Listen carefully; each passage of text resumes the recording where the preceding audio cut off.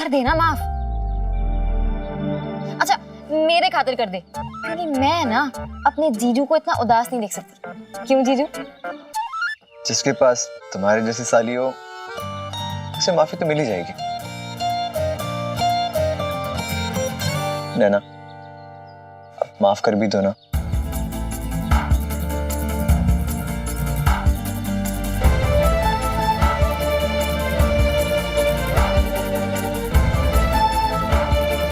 नैना सुनो। नैना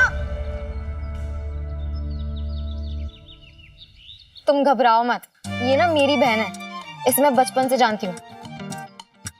कभी शहद जैसी मीठी तो कभी नीम जैसी कड़वी, कभी झट से मान जाती है और कभी नाम माने की जिद ठान लेती है। लेकिन मैं हूं ना, इसे मैं मना लूंगी। जीजा जी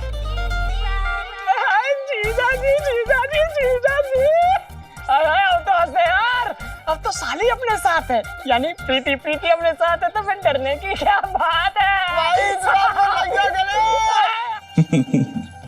उस दिन रस्म हल्दी की जरूर थी, पर मेरे मन में एक ही रंग था, प्यार का। तपस्या का फल जो मिलने लगा था मुझे, नैना का दिल जीतना किसी पहाड़ पर चढ़ने से कम नहीं था। और उस दिन पहले पड़ाव तक पहुंच गया था मैं, क्योंकि अब रास्ते को जानने पहचानने वाला एक गाइड जो मिल गया था, प्रीति। वैसे आगे नैना की फैमिली के दूसरे सदस्यों के साथ मेरे कई क्रॉस कनेक्शन होने वाले थे, जहां रॉन्ग नंबर होते हुए भी कनेक्शन सही लगने के भी चांसेस थे।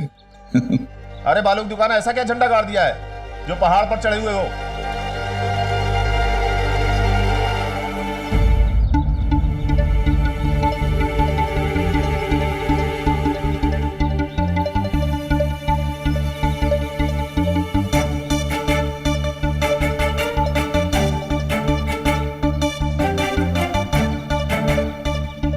क्या नाटक है ये? सर आपका आशीर्वाद ले रहा था। किस बात का आशीर्वाद? मैंने आज जो झंडा गाड़ा है उसकी वजह से कभी आप भी मुझ पर गर्व करेंगे।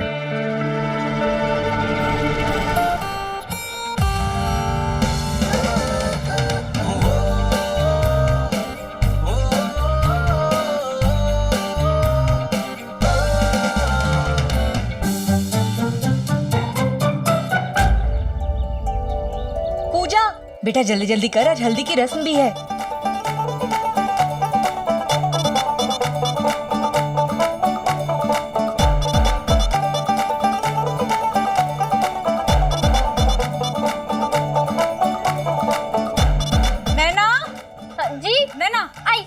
बेटा मौसा जी को टॉवल दे दो ना, वो घर से भूल गए। हाँ मैं भी लाती हूँ, एक मिनट। अरे टूथपेस्ट देना कोई। मैं नहीं लेकर आती हूँ। जल्दी लेके आना जरा। अरे बेला जरा सिर पे लगाने का तेल तो देना। अभी लाई। अरे एक साबुन भी लेके आना, अगर गुलाब की खुशबू का हो तो ज्यादा ही अच्छा है। अभी ना मैं देता हूँ आपको। अच्छा मैं तेल लेकर आती हूँ। ये थी 1990 की शादी। जी हाँ, जहाँ घर की शादी जंग थी तो मेहमानों की फरमाइशें बॉर्डर पे होने वाली फायरिंग की तरह थी। कब कौन सी फरमाइश कहाँ से आकर आपको लगेगी कोई नहीं कह सकता था। पर इन फरमाइशों को पूरा करने का अपना मजा था। हर फरमाइश पूरी करने पे एक आशीर्वाद मिल जाता था और ऐसा लगता था जैसे गोल्ड मेडल जीत लिया हो। और कभी कभी बड़े बुजुर्ग ज्यादा खुश हो जाएं तो प्यार से हाथ में कुछ पैसे भी थमा देते थे। ओ बेला। हाँ भाभी जी। अरे बेला, अंधी हो गई, आगे फूट गई, देख के नहीं चल सकती। क्या हुआ? ओ भाई, वो खाना बनाने वाली आई कि नहीं आई? अभी तक तो नहीं आई भाभी जी। ओ मर गई। अब वो फुल्ला बुआ मुझसे सारे घर का खाना बनवाएंगी, मेरा तेल निकाल लेंगी। सच्ची में मैं तो जा रही हूँ। अरे तूने कुछ कहा? नहीं फुल्ला बुआ, मैं कहाँ कुछ कहती हूँ। कहना भी मत। तुम लोग जाओ जाओ, काम करो अपना। चलो चलो, मुझे वहाँ बिठा। हाँ हाँ चलिए। नमस्ते बुआ जी। जीते रहो जीते रहो। भगवान झूठ ना बुलाए भाभी जी, आप ना बिल्कुल परेशान मत होइए। हाँ अरे वो बाहर हलवाई बैठा है ना, वो सारा काम संभाल लेगा। और आप जो भी ये घर के काम है ना वो देख लीजिए, मैं रसोई संभाल लेती हूँ। ये पल्लू भी ना, घर में सबको गर्म पानी चाहिए। ये लीजिए। वैसे मैंने तुझे नैना समझा, लेकिन तू तो जूही चावला निकली। इतनी हैंडसम लड़की को कैसे पटा लिया? चुप कर तू। नहीं पहले ये बता कि किया कैसे? स्कूल में तो किसी को घास नहीं डालता। प्रीति तुझे बोला ना चुप कर। घर में देख कितना सारा काम पड़ा है, उसको देख। वो तो मैं कर ही रही हूँ, प्रैक्टिस हो रही है। आखिर तेरे भी तो शादी जीजा जी से होने वाली है। चुप। अच्छा सुन ना, एक बात बता, जीजा जी का कोई भाई है क्या? हाँ है। फिर तो मजे, दोनों की शादी एक ही घर में। प्रीति बस करेगी? क्यों? मेरी शादी की बात आई तो बस कर। वैसे हमारे खानदान में ना सभी ने अरेंज मैरिज की है, तो अकेली लड़की होगी अग्रवाल खानदान में जो लव मैरिज करेगी। ताई जी का तो हार्ट अटैक किया आ जाएगा। हो गया? नहीं अभी कहाँ। सोच, तू और समीर एक दूसरे से शादी करने के लिए मरे जा रहे हैं, लेकिन घर में सबने ना कर दी है। इसलिए पर तुम दोनों घर छोड़कर भाग जाओगे और दोनों ऐश करोगे।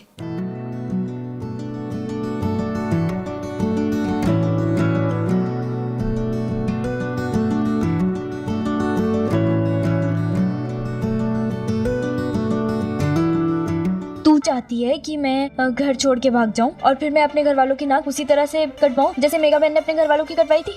नहीं, मैं बस यही चाहती हूँ कि तू समीर को माफ कर दे। कितना अच्छा लड़का है। देख प्रीति, मैं जैसे समीर को जानती हूँ, तू नहीं जानती है तो चुप कर। तो उसे माफ नहीं करेगी? नहीं। उससे कोई वास्ता नहीं रखेगी? नहीं। पक्का? हाँ। तो ठीक है, एक काम करती हूँ, मैं ही उसे पटा लेती हूँ, उसके साथ भाग जाती हूँ। वैसे भी आई लव यू तो उसने मुझसे कहा है ना, और साली तो आधी घर वाली होती है, तो मैं पूरी बनने के लिए भी तैयार हूँ। प्रीति भाग जा यहाँ से, हट। हाँ, तूने भी कह दिया भाग जा यहाँ से। अब तो समीर के साथ भागना पक्का। अरे मेरी चप्पल कहाँ है? अरे अभी तो आपने उतारी थी यहाँ पर। अरे नई चप्पल ली थी।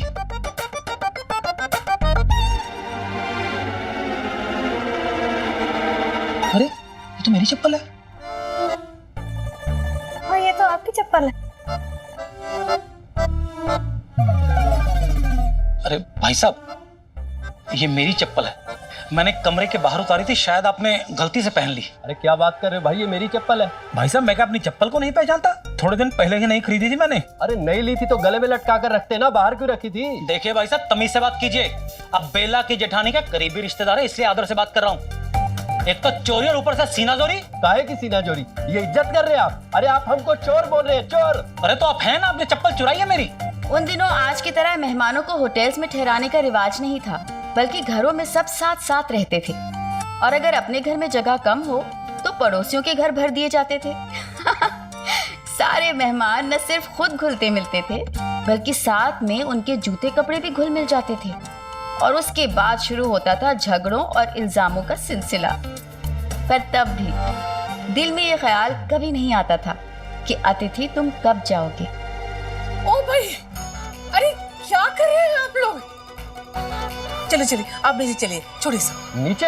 अरे एक मिनट भी यहाँ नहीं रुकेंगे हम अपने घर जा रहे हैं। क्यों? अरे ये इज्जत हो रही है हमारी, यहाँ तो हमें सरेआम चोर बोला जा रहा है। हाँ हाँ, चलिए चलिए यहाँ से। ओ भाई, आपकी इतनी हिम्मत, इतना बड़ा आरोप हमारे रिश्तेदारों पे लगा रहे हैं। आप जानते भी हैं कितने बड़े खानदानी परिवार से हम हैं। आपको पता क्या है? क्या सोचा आपने? जो मन में आएगा बोल देंगे आप लोग। क्या हो गया भाभी जी? नहीं वाह बेला, एकदम सही टाइम पर आई। नाटक खत्म होने पे पर्दा गिर गया तब पहुंच गई। अरे हमारे रिश्तेदारों पे तुम्हारे रिश्तेदार बीच आंगन में कितना बड़ा अपमान कर रहे हैं। ये कोई तरीका है? अरे तुम्हें नहीं बुलाना था तो न्योता मत भेजती। क्या मरे जा रहे थे आने के लिए? ऐसे बेइज्जती करोगी? नहीं भाभी जी, भगवान झूठ ना बुलाए, कोई गलतफहमी हो गई होगी। अरे नहीं बेला, कोई गलतफहमी नहीं है। मेरी नई चप्पल और ये भाई साहब पहन के जा रहे हैं और वापस भी नहीं दे रहे हैं। बताओ। अपनी जुबान बंद रखो। भाई साहब आप शांत रहिए, मैं बात करती हूँ। हाँ अरे क्या बात करती हूँ? तुम भी हमारे रिश्तेदारों का अपमान करोगी और क्या?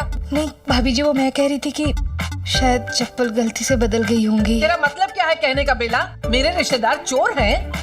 निब्बा, उन पर तहमत लगाने से पहले एक बार अपने गिरेबान में झांक लो। तुम क्या मुझसे बात करोगी? मुझे तुमसे बात करना पसंद ही नहीं। और मैं क्या, तुम्हारे पति को भी तुमसे बात करना पसंद नहीं। उस दिन धक्का मार के घर से बाहर निकाला था, मैं थी, मैंने रोका था। एहसान मान मेरा। बात करती है। अरे आप छोड़िए ये सब, आप तो हमारे साथ नीचे चलिए, यहाँ रहने की जरूरत नहीं है। नाश्ता खत्म हो जाएगा, मैं उनकी तरफ से माफी मांगती हूँ। आइए। अरे ऐसे ही हैं ये लोग, किसी की इज्जत करना जानते हैं क्या? अरे बेला, क्या बात हो गई? आनंद जी तुमसे बात नहीं करते? बेटी की शादी और आपस में बोलचाल बंद है? अरे नहीं भाई साहब, ऐसा कुछ भी नहीं है। वो शादी की तैयारियों में ना थोड़ी बहस हो गई थी। उनको कुछ और चाहिए था और मुझे कुछ और। आप लोग परेशान मत होइए, ये सब तो होता रहता है ना। अब सब ठीक है। एक काम करिए, पहले अब दोनों नीचे जाके नाश्ता कर लीजिए। हाँ जी चाहिए। ठीक है, हाँ तुम भी आ जाना।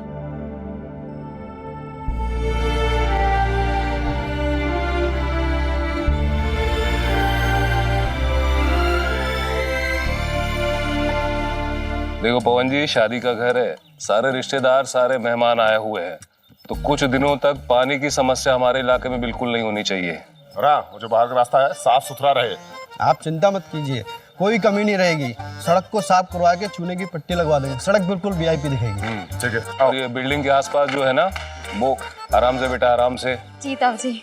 राकेश, साफ करा के ब्लीचिंग पाउडर है ना सफेद वाला, वो डलवा दो, नालियों में भी डाल देना। जी भाई, जो मजा बिना शादी का कार्ड मिलने वाली शादी में, और कार्ड मिलने के बाद कहाँ है? अरे पोंगा पंडित, हमें कार्ड की क्या जरूरत है? हमने तो शादी की तैयारी में खून बहाया, खून। खून? हाँ, क्योंकि तेरी हालत देख हम खून के आंसू रोए हैं। सच्चे दोस्त जो है तेरे। अरे तेरी। ओए क्या कर रही है? मैं उठा देता हूँ। हाँ। वाह जीजा जी, आज तो आप बिल्कुल सलमान खान लग रहे हो। साली जी, आप भी कम नहीं लग रही हैं।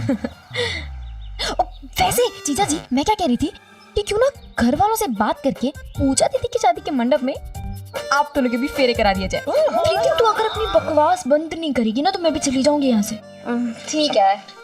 सॉरी जीजा जी, वो क्या है ना, शादी की बात सुन के ना शर्मा आ गई।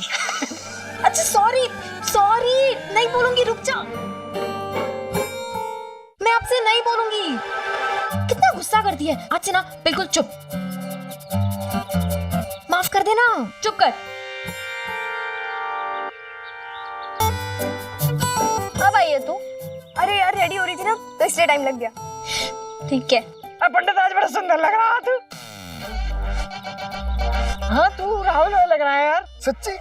भाई तू भी दीपक तिजोरी लग रहा है। और हमारी स्वाति नीलम और नैना भी इस ड्रेस में एकदम हीरोइन लग रही है। वैसे नैना तो हर ड्रेस में अच्छी दिखती है।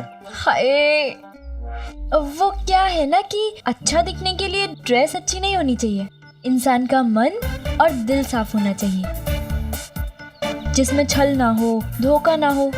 पर हर किसी का मन वैसा नहीं होता। सही कह रही है। मतलब जीजा जी का मन साफ और अच्छा है, तभी तो वो हमेशा इतने अच्छे दिखते हैं। वैसे जीजा जी, मेरी बहन को ना चांदनी फिल्म बहुत पसंद है। इसे बहुत शौक है कि हल्दी बिल्कुल वैसी हो, कोई इसकी फोटो ले, कोई थोड़ा सा प्यार करे, थोड़ा रोमांस करे। अगर तू एक और शब्द बोली ना तो मैं तुझसे भी बात नहीं करूंगी।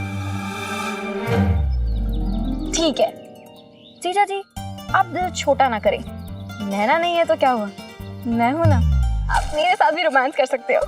अरे सॉरी नैना, तू ये संभाल। सॉरी, सुन ना, कहाँ जा रही? क्या यार, ये लोग समझते हैं ऋषि कपूर तो मैं भी लग सकता हूँ, बस कोई चांद नहीं मिल रहा है।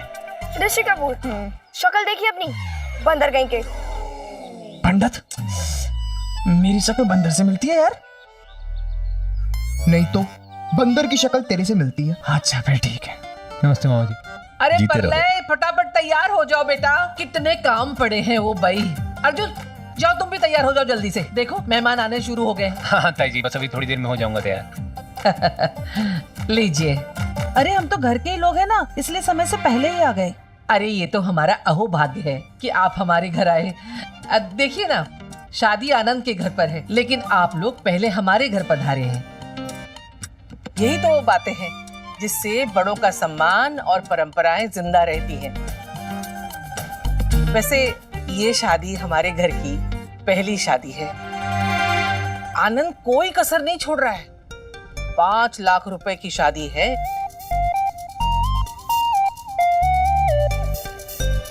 हमने भी सोने का सेट दिया है। अरे वाह। लेकिन कुछ लोग हैं जिन्हें ना अपने योगदान का एहसास होता है ना जिम्मेदारी का। भाई, अब जा बेटा, तैयार हो जा, अब तक बैठा हुआ है। जी। भले ही कुर्सी पे बैठे हो, लेकिन हल्दी के समारोह में तो हिस्सा लोगे ना। जाओ फिर। वैसे राकेश जी, बहुत बुरा हुआ अर्जुन के साथ। अब बेचारा कभी क्रिकेट भी नहीं खेल पाएगा। वैसे ठीक है, क्रिकेट से किसका क्या हुआ और क्या होगा। क्या होगा मतलब? अरे एक दिन देखिएगा, हिंदुस्तान के सारे बच्चे क्रिकेटर बनना चाहेंगे। क्रिकेटर बनके पैसा कमाएंगे, तरक्की करेंगे, और ये मेरा अर्जुन भी तरक्की करेगा, देखिएगा आप लोग। अर्जुन उठ उठ, बहुत हो गया आराम। पापा मैं नहीं उठ सकता। उठने की कोशिश कर, चल खड़ा हो। पापा मुझसे हिला भी नहीं जा रहा। उठ ना। पापा बहुत दर्द हो रहा है। पापा उठ जाएगा, उठ। बहुत दर्द हो रहा है। उठ। अरे भाई साहब रहने दीजिए, इस साल नहीं तो अगले साल हो जाएगा। अरे क्या अगले साल हो जाएगा? हाँ, आपका बेटा है कि मेरा बेटा है, समझाने दीजिए। ओ भाई, आप छोड़िए ये सब, हल्दी की रस्म बस शुरू ही होने वाली है। आप लोग चलिए, मैं आती हूँ, तब तक मैं भी तैयार हो जाऊंगी ना। हाँ ठीक है। सब समझाने से नहीं कुछ। हद होती है, मेहमानों की जरा से भी परवाह नहीं है। इंसान इतना भी कड़वा नहीं होता, कह दो तो मिर्ची लग जाती है। सुन अर्जुन, एक हफ्ते में तेरा मैच है, उठ और मेहनत कर, मैच खेल, मैन ऑफ द मैच बन, सेलेक्ट हो। कार लानी है तुझे।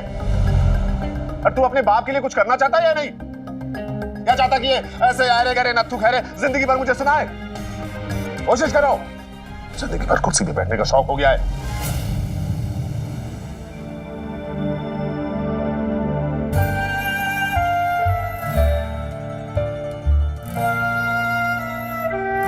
हाय अर्जुन, कैसा है तुम्हारा पैर?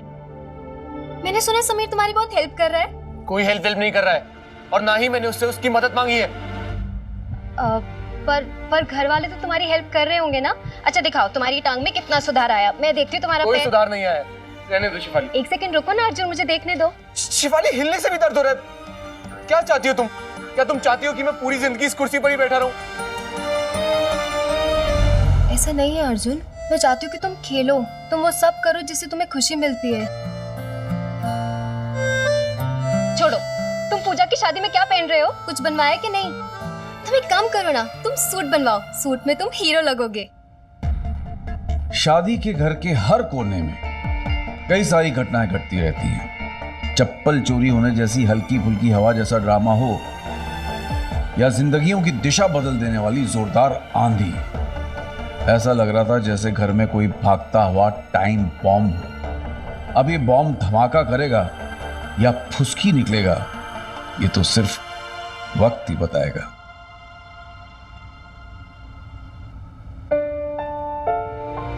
सुनिए जी, वो मुझे आपसे कुछ बात करनी है। देखिए, आज आप ऐसे नहीं जा सकते। आज आपको माफी देनी पड़ेगी। मैं आपके आगे हाथ जोड़ती हूँ। आज हमारी बेटी का हल्दी है ना, और हम दोनों ने तो ना जाने इस दिन का कब से इंतजार किया है। घर में मेहमान आ चुके हैं, और ऐसे में अगर आप और हम बात नहीं करेंगे तो क्या सोचेंगे वो? हमारी घर की इज्जत की बात है, मान जाइए ना।